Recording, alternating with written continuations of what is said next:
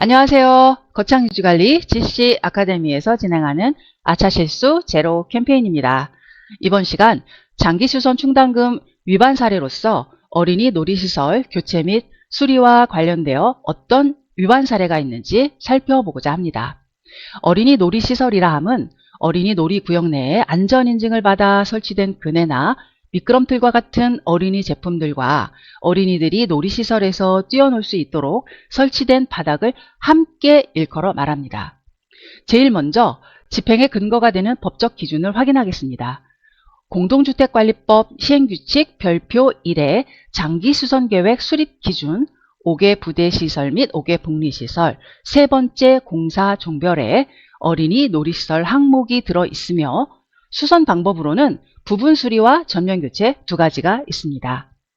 어린이 놀이시설의 장기 수선 충당금 사용 기준을 살펴보면 전면 교체의 최소 단위는 개소별이며 전면 교체는 놀이터 1개소, 놀이터 전체, 개소별 바닥, 단지 내 놀이터 바닥이 되겠습니다. 다음, 부분 수리의 최소 단위는 놀이시설별, 공사 범위 별이며 부분 수리는 놀이기구 부분 교체 또는 부분 수선, 개소별 바닥을 말합니다.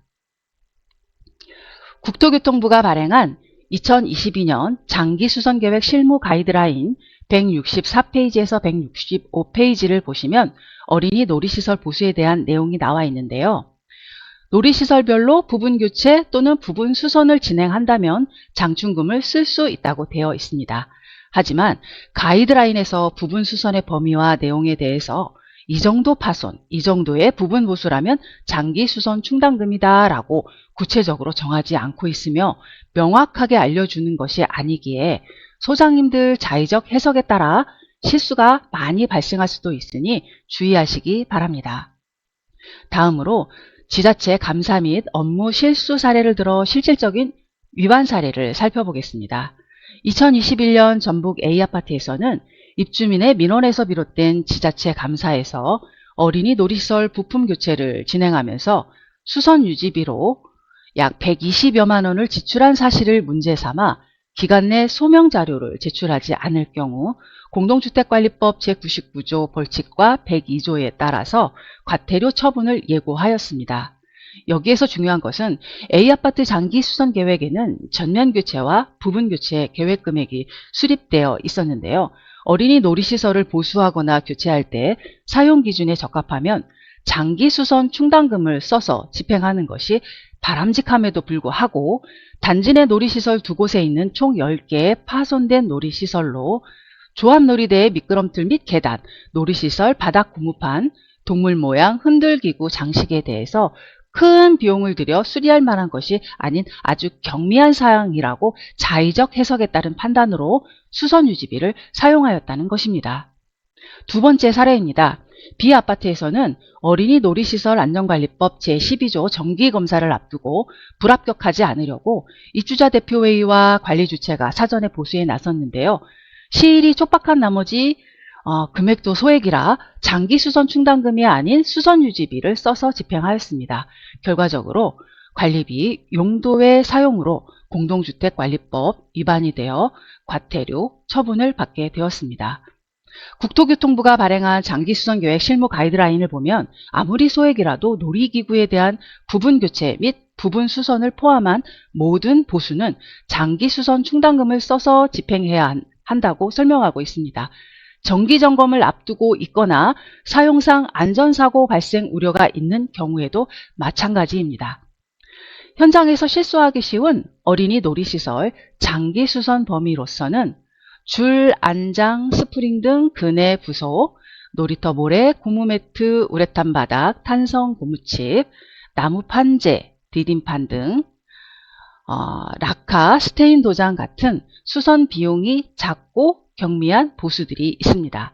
장기수선 계획의 어린이 놀이시설 부분 수선을 확인하시고 꼭 장기수선 충당금을 써서 집행하시기 바랍니다. 그렇다면 놀이시설 보수에 수선 유지비 사용 범위는 없나 하고 궁금하실 텐데요. 절대로 쓰면 안 되는 것인가 라고 하신다면 그것은 아닙니다. 그러나 어린이 놀이시설 장기수선 수립 기준에 전면 교체와 부분 수선이 있는 것을 먼저 기억해 주시기 바랍니다.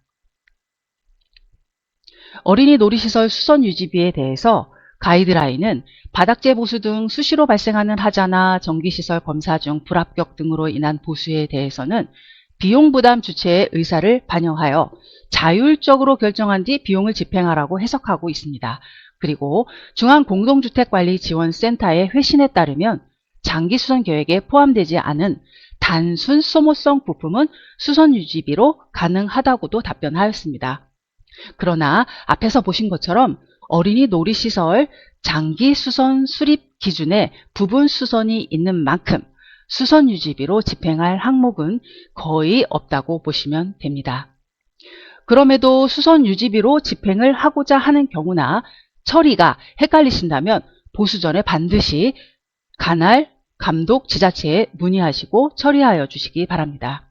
아울러 이미 지출한 비용에서 잘못된 사항을 발견하신다면 즉시 입주자 대표회의 안건으로 상정해 바로 잡아야 하며 이후 그 근거가 되는 자료를 잘 정리해 보존하여 지자체 감사에 따른 항변 자료로 보관하시기 바랍니다. 다음으로 어린이 놀이시설 보수를 위한 업무 팁입니다. 첫 번째로 어린이 놀이시설은 2년마다 정기 시설 검사를 받습니다. 이에 따라서 전면 교체 또는 부분 수리를 계획하시면 됩니다. 두 번째로 검사 결과 부분 수선 주기를 조정할 경우 수시 조정의 절차를 반드시 준수하세요. 세 번째, 수선 주기와 수선율을 조정할 경우 규정된 수선율 100%에 해당하는 수선 주기를 크게 벗어나지 않는 범위에서 부분 수선 주기와 수선율을 화면 예시를 참고하셔서 조정하시기 바랍니다.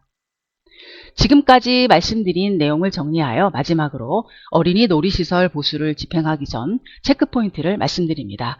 첫 번째, 장기 수선 계획 수립 기준 공동주택관리법 시행규칙 별표 1을 확인하시고, 두 번째로 현재 근무하는 단지의 장기 수선 계획서에 수선 범위와 수선 주기를 확인하셔야 합니다.